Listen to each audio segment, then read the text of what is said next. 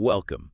We are not here today to talk about the sequence of events or, the narrative arc of a movie, though it is one that is burrowed deep into the collective subconscious. We are here to talk about a cultural phenomenon, a film that absolutely redefined an entire genre, changed multiple careers, and remains a powerful, often controversial touchstone in cinematic history. Right.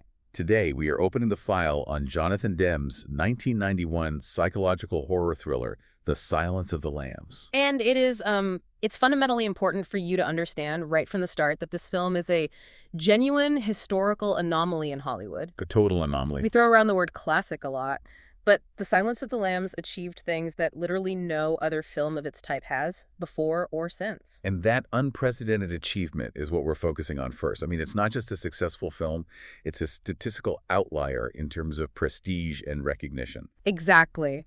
Let's start with the Academy Awards. First and foremost, it remains the only psychological horror film. And many people consider it the only horror film, period, ever to have won the Academy Award for Best Picture. Just that fact alone separates it from virtually every other genre be produced in the modern era. But the achievements didn't stop there. They truly didn't. It is the most recent film and only the third in the entire history of the Academy Awards to secure what is universally known as the Big Five sweep.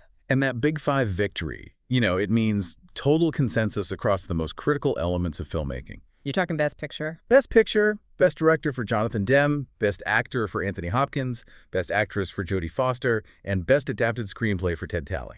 When a film manages to win all five of those, it isn't just luck. No, it speaks to a shared industry belief that the material, the execution, and the performances were all operating at a perfect elite level. And what's remarkable is that it achieved this level of prestige without being a pre-sold, established blockbuster. It was a sleeper hit that defied expectation. It absolutely was. It was produced on a relatively modest budget for a mainstream Hollywood thriller, just $19 million.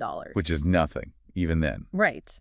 Yet its quality, its intensity, and the word-of-mouth success drove it to gross and astonishing $272.7 million worldwide. Wow. This achievement fundamentally altered how studios viewed dark material. It proved that a genuinely smart, intense thriller dealing with the most horrific psychological themes could achieve mainstream critical and commercial dominance simultaneously. That commercial success makes the backstory even more compelling because that road to production was just full of creative near misses and financial luck that almost derailed the project entirely. Oh, absolutely. The foundation, of course, is the source material. It's an adaptation of Thomas Harris's 1988 novel. But we have to place it in context. The general public was sort of familiar with the Hannibal Lecter character already, just under a different name. You're referring to the fact that The Silence of the Lambs was the second film to feature Lecter on screen. Correct. Michael Mann's 1986 film Manhunter was the first adaptation of Harris's work, based on the novel Red Dragon. A great film in its own right, but while the film is now considered a classic, in 1986 it failed to connect with audiences and was a financial disappointment. And that failure, ironically, is what made The Silence of the Lambs possible. And that's where the early development and the rights acquisition become a story of spectacular good fortune for Orion Pictures. It really is an astounding moment of bad business for one party and just pure luck for the other. The initial push for The Silence of the Lambs was driven by Orion Pictures, partnering with the heavyweight actor Gene Hackman. Oh, I'd forgot about that. Yeah, Hackman intended not only to direct the film, but potentially star in it, possibly playing either Jack Crawford or even Hannibal Lecter himself. Hackman and Orion split the $500,000 cost for the rights to the novel. But the rights to the character of Hannibal Lecter were a separate issue, and they were held by someone who had been burned by that initial cinematic attempt. Precisely. Those character rights belonged to Dino De Laurentiis, who had produced the failed Manhunter. So he was probably not eager to get back into the Lecter business. Exactly. Because De Laurentiis had taken a financial bath on Manhunter and essentially written off the Lecter character as non-viable IP, he made an incredible decision. What was that? He lent the rights to the Hannibal Lecter character to Orion Pictures for absolutely free. No way. That character, which went on to anchor a $500 million franchise and an Academy Award-winning film, was acquired for $0. That decision must haunt De Laurentiis. But even with the rights secured, the project hit a major early roadblock involving Hackman. It was a shocking moment for the production team. Screenwriter Ted Talley was only halfway through the first draft of the adaptation when Gene Hackman suddenly withdrew from the project. Why? The reasoning was deeply personal and surprisingly relatable. His children requested that he stop taking on violent film roles. When he left, not only did the project lose its director and potential star, but the initial financing it fell apart. So that is the moment where the film should have died. A half-finished script for a very dark novel, no director, and no money. It was critically vulnerable, but Orion co-founder Mike Medavoy showed immense faith. He encouraged Talley to continue writing, guaranteeing that the studio would find the financing and a replacement director. Wow. And that faith paid off when Jonathan Demme signed on to direct. Demme read the Thomas Harris novel, loved it, and immediately committed. The momentum must have been incredible once Demme was attached. It was. Talley recalled being absolutely startled by the speed of things. They met in May of 1989 and were actively shooting the film by that November. That's a fast turnaround. It suggests that Talley's script was incredibly strong, and Demme had an immediately clear, potent vision for how to bring this material to the screen. That vision was crucial to the eventual Big Five win. It was consistent from the page to the performance. Speaking of execution, the settings for the film are iconic, but the shooting locations and the real-world inspiration behind the horror are often overlooked. They are. Filming primarily took place in and around Pittsburgh, Pennsylvania, utilizing that gritty, industrial atmosphere of the region. It also incorporated parts of nearby northern West Virginia. But what truly lent the film its unusual, chilling authenticity was the level of cooperation they received from official sources. Specifically, the FBI, which is highly unusual for a major studio picture dealing with such sensitive material. Extremely rare. The FBI provided the production with rare cooperation, allowing scenes to be filmed at the actual FBI Academy in Quantico, Virginia. Really? At the actual academy? Yes. We know that some FBI staff members even took small bit parts in the film, providing background and expertise. This lent a layer of verisimilitude to Clarice Starling's world that no amount of set dressing could replicate. It made the FBI feel like a genuine, high-stakes workplace. And then, on the other side of the authenticity coin, there's the genuine tragic inspiration behind the fictional horror of Buffalo Bill's lair. Yes, the notorious basement and the pit where Catherine Martin is imprisoned were not entirely imagined. The physical design of that awful space was heavily inspired by the real-life kidnappings and murders committed by Gary M. Heidnik in Philadelphia. That is a deeply sobering detail. It reminds us that the fictional terror in the film, particularly the physical mechanism of the capture and imprisonment, is rooted in documented, brutal, criminal pathology. Right. The creators ensured that even the staging of the horror felt grounded in reality. It's not a monster movie. By grounding the set design in those grim facts, Demme immediately raises the stakes. You are not watching a monster movie, you are watching a procedural thriller about real-world evil. Let's pivot now to the casting, which is often cited as a perfect confluence of talent, but which nearly went a completely different direction for both lead roles. We can start with Clarice Starling, a role Jodie Foster fought tooth and nail for. Foster's determination is legendary. She was interested immediately after reading Thomas Harris's novel. And you have to remember, she was coming off immense professional success, having just won her first Best Actress Oscar for The Accused. You'd think she'd be a shoo-in. Despite that, director Jonathan Demme was notably reluctant and initially sought other actors for the role. Why the hesitation regarding an actor of Foster's caliber and profile?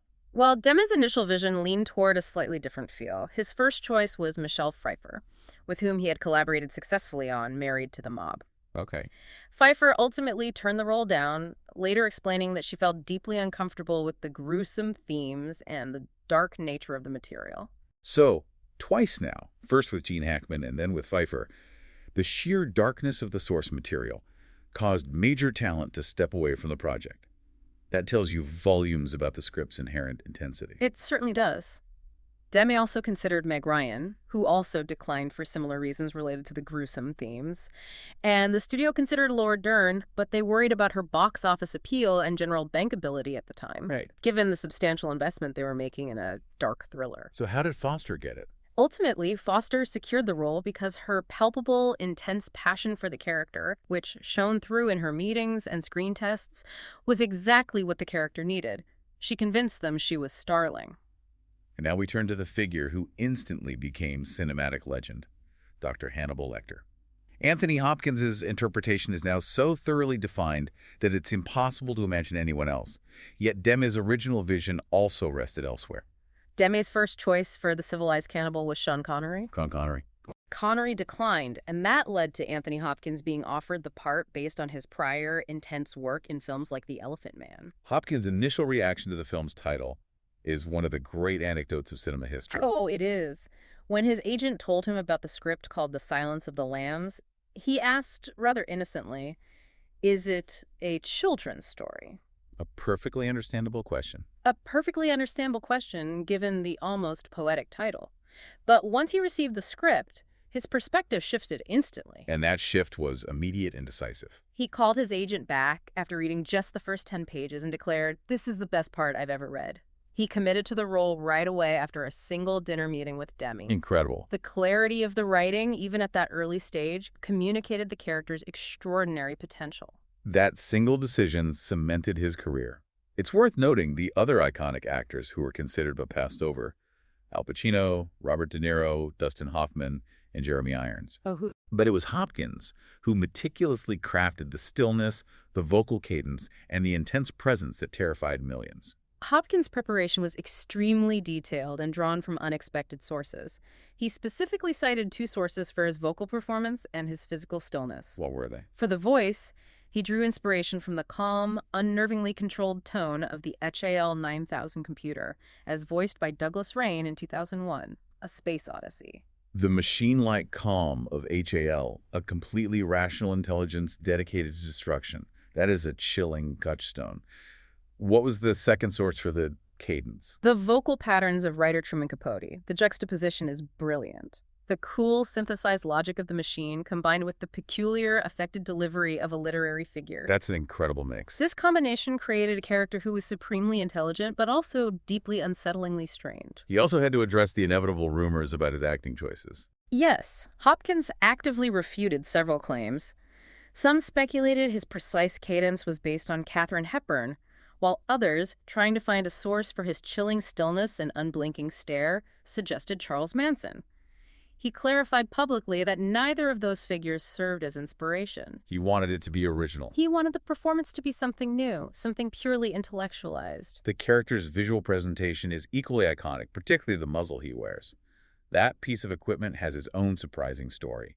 The physical props contributed massively to the legend. That iconic mask, the symbol of primal, powerful restraint, was uniquely crafted by Ed Cubberley. And what's fascinating here is that Cubberley was a specialist in making custom masks for NHL goalkeepers. That detail is incredible. The horror wasn't just in the script, it was in the engineered details. Exactly. It subtly implies that Lecter is a danger so profound he must be contained by industrial athletic strength, the kind of specialized gear designed to stop high-velocity impact.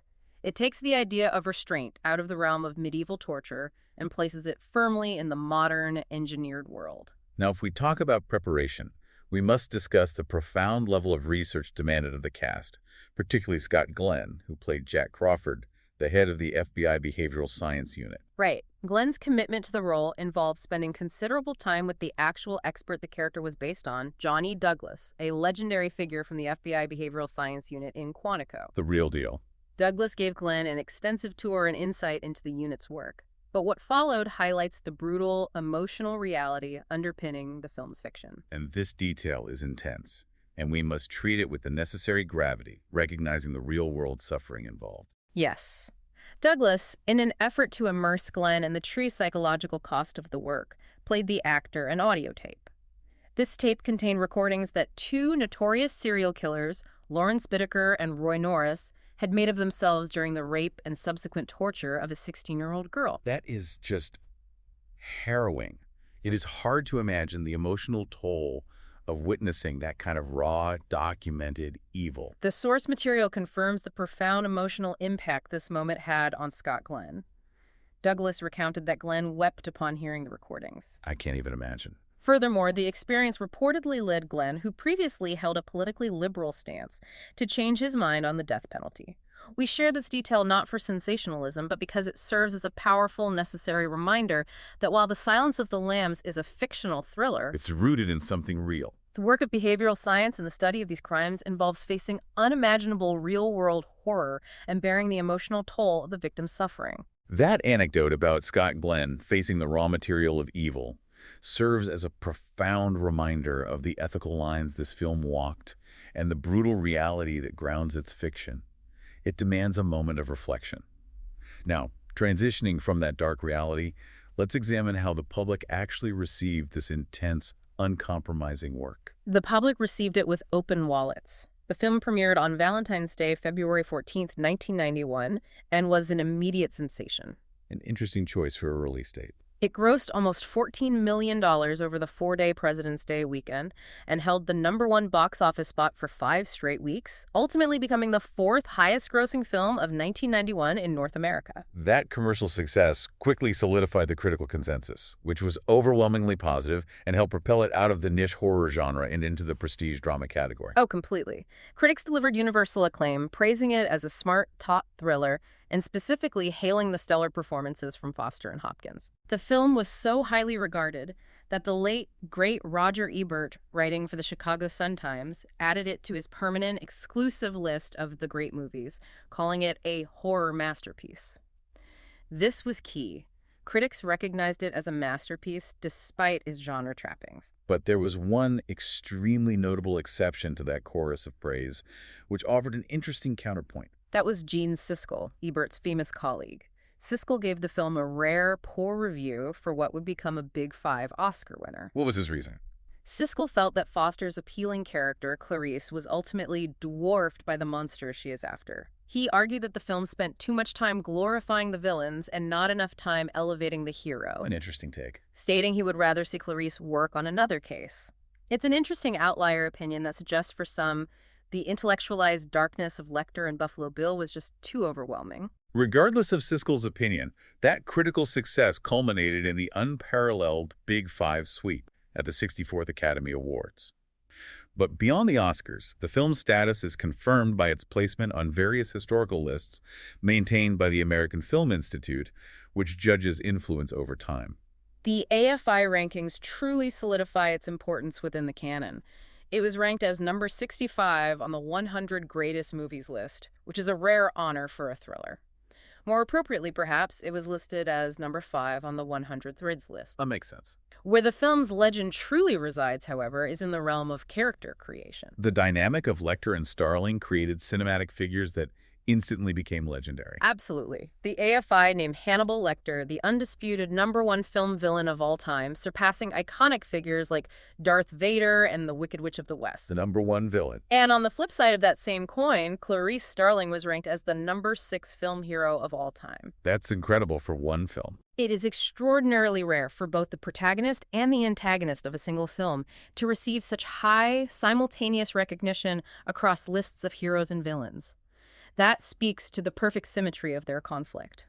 And their interactions gave us lines that entered the popular lexicon instantly. We Yeah. cannot forget one of the most quotable, yet deeply unsettling lines in cinema history. The line, "A census taker once tried to test me.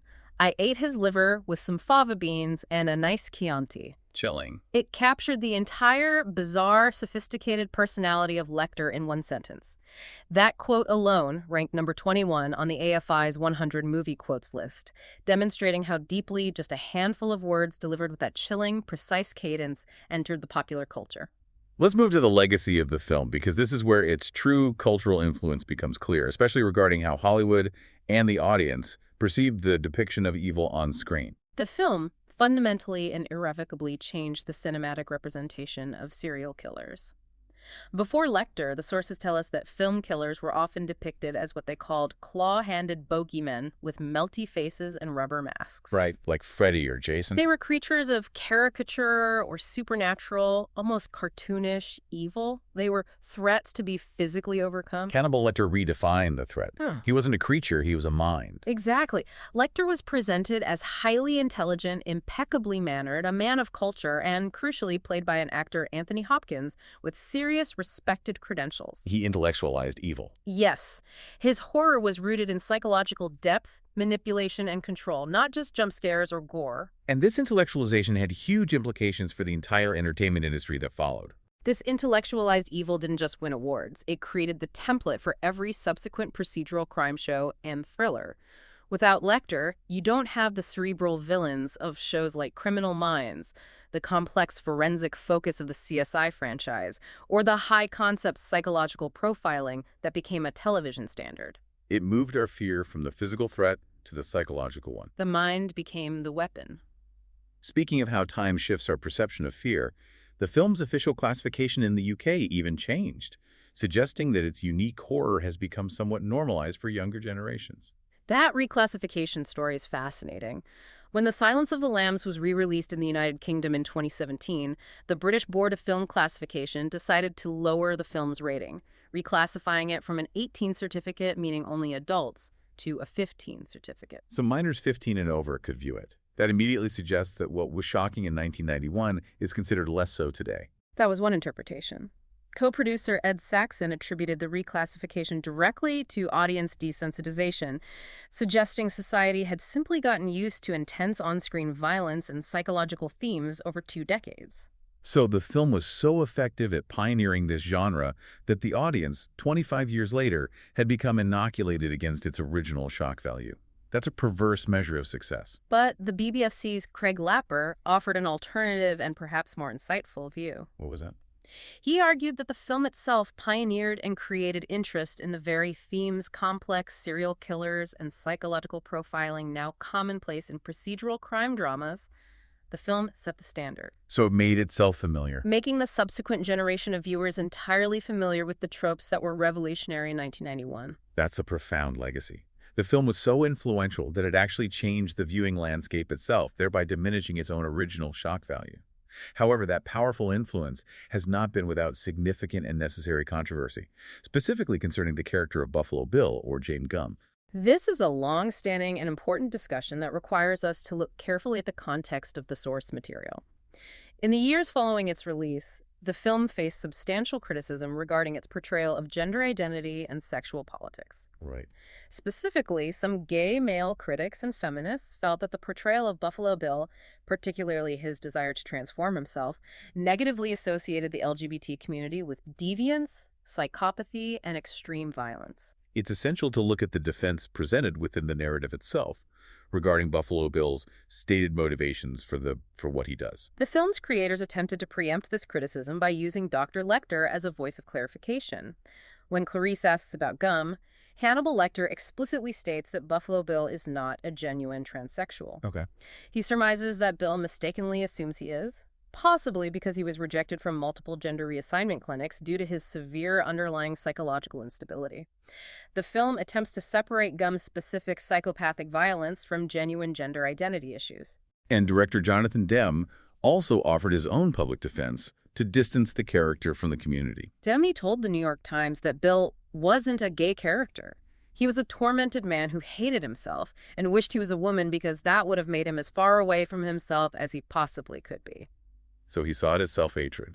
Demme acknowledged that he realized there was a tremendous absence of positive gay characters in movies at the time, but he did not view Buffalo Bill as being written to fill or define that definition. Yet the criticism has continued and evolved over time, especially concerning the film's use of a villain who sought physical transformation as a sign of his madness. Absolutely. More recent trans-feminist critics offered a powerful counter-argument to the film's defense. They criticized the film for alleged transphobia and transmisogyny.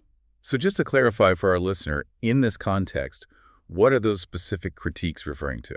Well, in the cinematic context, transphobia relates to prejudice against transgender people, and transmisogyny refers to the specific hatred experienced by trans women, which is a combination of anti-trans bias and misogyny. Okay.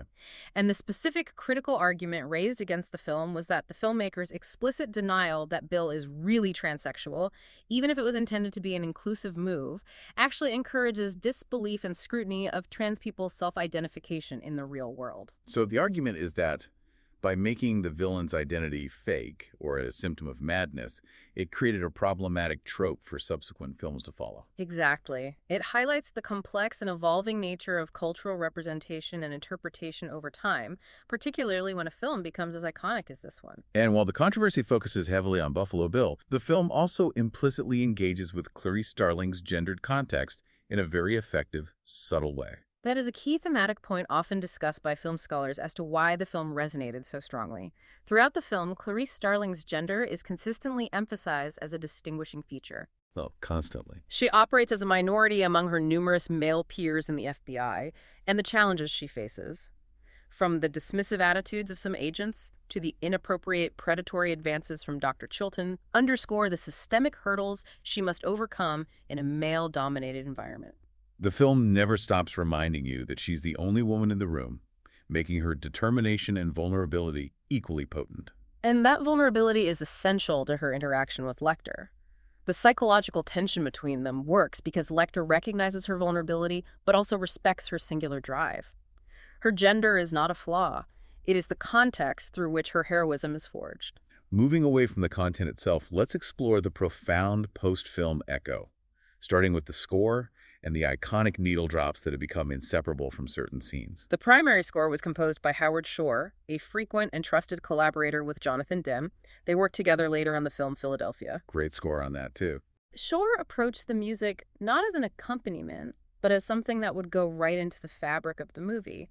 He wanted the music to fit in so well that you weren't immediately aware of it as a separate element. Just a feeling. But that it blended with all the visual elements, the lighting, the claustrophobic cinematography, and the acting, to generate the overriding feeling of dread and tension. He created the emotional atmosphere, but the two popular music tracks used in the film achieved their own distinct cult status because of the scenes they accompany. Without a doubt. The use of popular music is one of the film's most memorable choices. The British post-punk song, Hip Priest by The Fall, a driving and aggressive track, is heard playing in the background during the climactic scene when Clarice enters Buffalo Bill's home. It's so jarring. It adds a chaotic, unsettling energy to the chase. But the song that is now inextricably linked to the film's unique horror is Q Lazarus's Goodbye Horses. That track, with its dreamy, melancholic new wave sound, achieved genuine cult hit status, specifically because of the iconic scene where Buffalo Bill is dancing while applying makeup, looking into the mirror and tucking himself. That scene is unforgettable. This song's slow, almost ethereal beauty contrasts violently with the visceral horror of Gumm's actions. And that juxtaposition is key. Why does that contrast amplify the scene's unsettling qualities so effectively? The song feels introspective and strangely beautiful, which creates a window into Gumm's internal pathology. By using music that is sensitive and melancholic rather than purely scary, Demme forces the audience to confront the villain's deep, warped sense of self-expression. It's intimate. It humanizes the monster just enough to make his horror feel intimate and profoundly disturbing. It strips away the easy comfort of pure caricature. Looking forward, The Silence of the Lambs defined the Hannibal Lecter franchise for a generation, leading to substantial expansion but also fracturing the original creative team. It did. The character's massive critical and commercial popularity spurred a significant franchise push. We saw the direct sequel, Hannibal, released a decade later in 2001. Right. Then came the prequel adaptations. Red Dragon in 2002, which was a readaptation of the first novel that Manhunter had used, and Hannibal Rising in 2007. But that first sequel, Hannibal, is perhaps most interesting because it reveals the immense creative differences that arose after the 1991 film's success. The key detail is that only Anthony Hopkins returned for Hannibal. That's right. Both Jodie Foster and director Jonathan Demme declined to be involved in the sequel. Their refusal was based on serious concerns over the direction of the new script, specifically noting an increase of violence and gore. So it was just too graphic for them. That they felt compromised, the carefully calibrated psychological thriller nature established in The Silence of the Lambs. So Foster and Demme prioritized the intelligent, contained psychological terror over the purely visceral blockbuster violence that the studio seemed to want a decade later. They stayed true to the original film's core ethos. Exactly. They recognized that the brilliance of the first film was in the tension and the dialogue, not the blood. And of course, the Lecter and Starling story has continued to echo across other media formats, particularly television. The character universe Thomas Harris created continues to be incredibly fruitful. Yes, we saw the critically acclaimed, sophisticated TV series Hannibal, which ran from 2013 to 2015, which primarily adapted the prequel novels, focusing heavily on the relationship between Lecter and FBI profiler Will Graham. A fantastic show. And more recently, in 2021, the series Clarice was launched, which takes place specifically after the events of the original film, with actress Rebecca Breeds portraying Clarice, showing the lasting public appetite for exploring this specific character. Finally, we must acknowledge a bizarre and very modern footnote to the film's legacy that surfaced in 2024. It speaks to how deeply embedded this fictional figure is in the cultural consciousness that he would suddenly appear in a high-profile political context. It is the unusual cultural resurrection of Hannibal Lecter by President Donald Trump.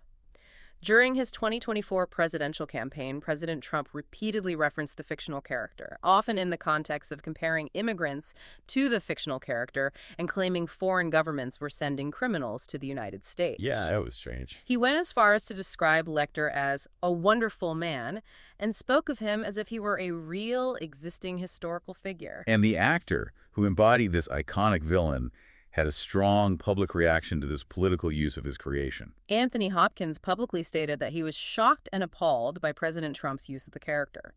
This striking contemporary event, a political candidate invoking a fictional Oscar-winning serial killer, serves as absolute proof of how profoundly and recognizable this character remains in global discourse, decades after the film's release. So if we look back at this unparalleled achievement, what truly stands out most about The Silence of the Lambs?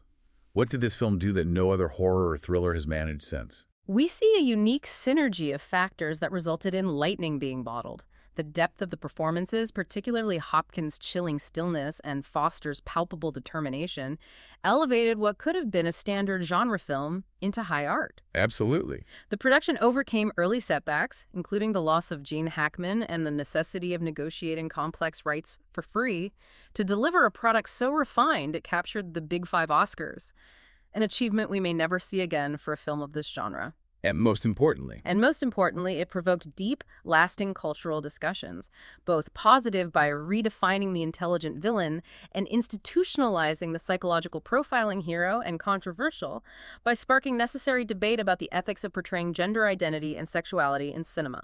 it is a film that didn't just scare us with blood or jump scares. It forced us to look into the mirror of human depravity and intellectualized evil, and it made us think seriously about the complex, dangerous work of the people who hunt it. That brings us to a final idea for you to consider as you reflect on this film's legacy. Ultimately, the profound achievement of The Silence of the Lambs is that it convinced millions of viewers that the true location of horror isn't a shadowy house or a rubber mask. It's in the mind. It demonstrated that the most terrifying threat is the one that is supremely organized and functions behind a pair of completely rational eyes. By shifting the focus of fear from the physical threat to the intellectual one, it solidified the profiler, the one who understands that intellectual horror, as the definitive modern-day hero. Thank you for sharing this file with us. It's my pleasure. Thanks for listening.